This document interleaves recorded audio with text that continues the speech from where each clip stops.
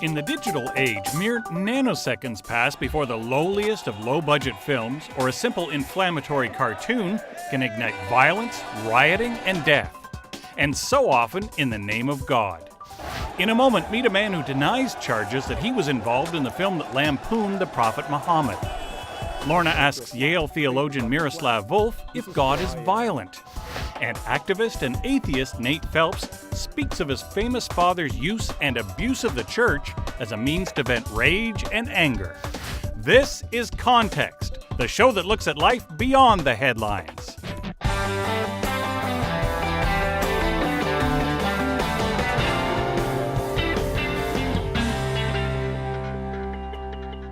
Nader Fauzi is a human rights activist and is one of two Canadians accused by the government of Egypt of promoting an anti-Islamic film that has sparked riots and caused deaths. Raheel Raza is the president of Muslims Facing Tomorrow. She's a leading Canadian voice for reform within Islam. Welcome both of them to Context. Great to have you with us, Raheel. Thank you for coming. Raheel, in 20 years of interviewing on religious issues in Canada, I have never had someone on the set, I never thought I'd see the day that I'd be interviewing a Canadian citizen who has a fatwa on his head, our guest, Nader. This is coming from Islamists. You are my Muslim friend. What has gone wrong in that faith? Well, before I begin, let me also inform you, much to your horror, that I too have a fatwa on my head. So let me join the group. I have death threats and a fatwa, but for entirely different reasons. But we shouldn't make light of these. No, we these should are not real. Make light of it. What has happened in terms of the fatwa on Nader's head is absolutely horrible, unacceptable, atrocious, should not be part of any faith. It is, politically motivated, or actually where it's come from, only Nader can tell you, because, this is a shot out of the blue. Nader, have you had any involvement with this film? I have nothing to do with it. I didn't see the movie. I was shocked that they even mentioned my name. Why, then, does the government of Egypt want to arrest you? We have to go back 5 years ago. I'm activist, as you know, and Egypt always was denied that they are treating the Egyptian Christian bad. And you put it all together in a book Exactly. 5 years ago. Yeah. And that's when this began. So you put the persecutions. So the Egyptian government decided to arrest me by the Interpol, and they accused me for destroying Egyptian politician or Egyptian, however. So you are in danger. You and your family are in danger. What have the Canadian police done for you? Nothing. Honestly, nothing. You went with your member of parliament yes, to Mr. the police station Karagianis, to win, and they told you what? They came the same day in evening to me, to a police officer. Was very nice, and they asked me if everything is okay. I say yes, as long as I open to them the door, so I'm still alive. After that, I didn't see anyone. All right. That's it. That's sad. Raheel, that is sad, because Raheel, while you smiled about the fatwa that's on your head, this is a very serious and real threat for our Canadian Toronto citizen. Well, much more so for Fauzi, definitely, because of the situation in Egypt and because of the Muslim Brotherhood. So I understand the kind of trauma he must have gone through. And let me assure you that even if he had been involved in the film, I would still be sitting here with him tonight. Why? Because there has to be that freedom of expression.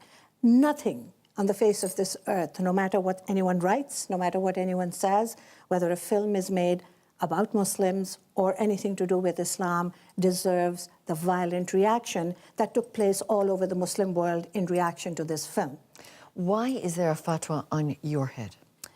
That's a very long story. We'll talk about it at another time. One, because of my gender, and because I speak out against Islamic extremism. I speak out against political Islam. I speak out against the violence that has totally engulfed the Muslim world today. And what has happened with this film and what has happened in Nader's experience here is not an isolated incident. It is a manifestation of many years of political ideology that has overtaken the Muslim world, the Muslim Brotherhood, and violence has been justified in the name of the faith. You were the first guest we wanted to go to on this issue in Canada because we recognize your voice of Islam in many of our Muslim neighbors. But is the kind of ideological Islam that has caused the threat on Nader's life and on yours active in Canada? Yes. It is active in Canada because the Muslim Brotherhood exists here in Canada. So do many other Islamist organizations. And they thrive in Canada because Canada is a safe place for them. And due to political correctness, very few people will stand up and say that we have a problem. What should we do about it? Well, we should make people aware of it. We should speak out against it. And the only people who can speak out against Islamic extremism in the front line should be Muslims. Liberal, democratic Muslims who want to see Canada as a safe country where no violence should take place, where we should all be living together in peace with each other.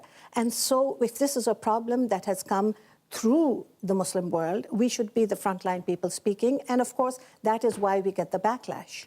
Nader, one reason why you have the backlash is you have recorded, you have the stories of persecutions. You have lobbied for over 22 Canadian families who have had loved ones die in Egypt because they were Coptic Christians.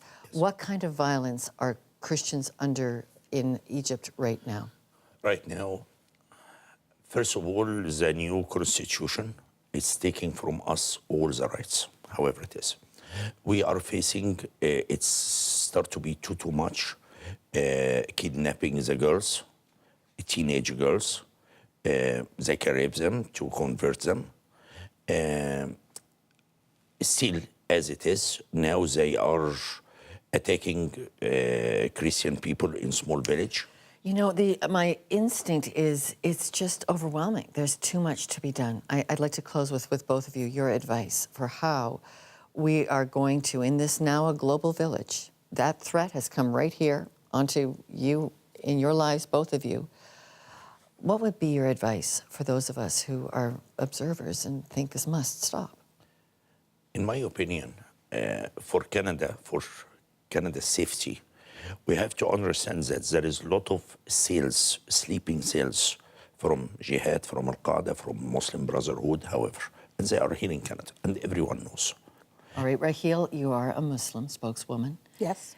Muslims for Tomorrow. What do you say to a charge like that, to the fact that... Oh, absolutely. Not only do we have to make people aware, we have to stand up and speak out. This is what the basic tenet of every faith is, to speak the truth and speak out against injustice, no matter who that injustice is against. We have spoken out against injustice against Christians in Pakistan and in other countries, and it is upon each one of us individually, as Canadians and as Muslims or Christians or whatever faith we follow, to say that we will not allow any kind of violence in this country. Thank you for the wake-up call, both of you, that religious violence may be closer to our Canadian neighborhoods than we wish it to be. Thank you. It was a pleasure. And now it's time to find out what you think. Are some matters of faith so important that violence is justified?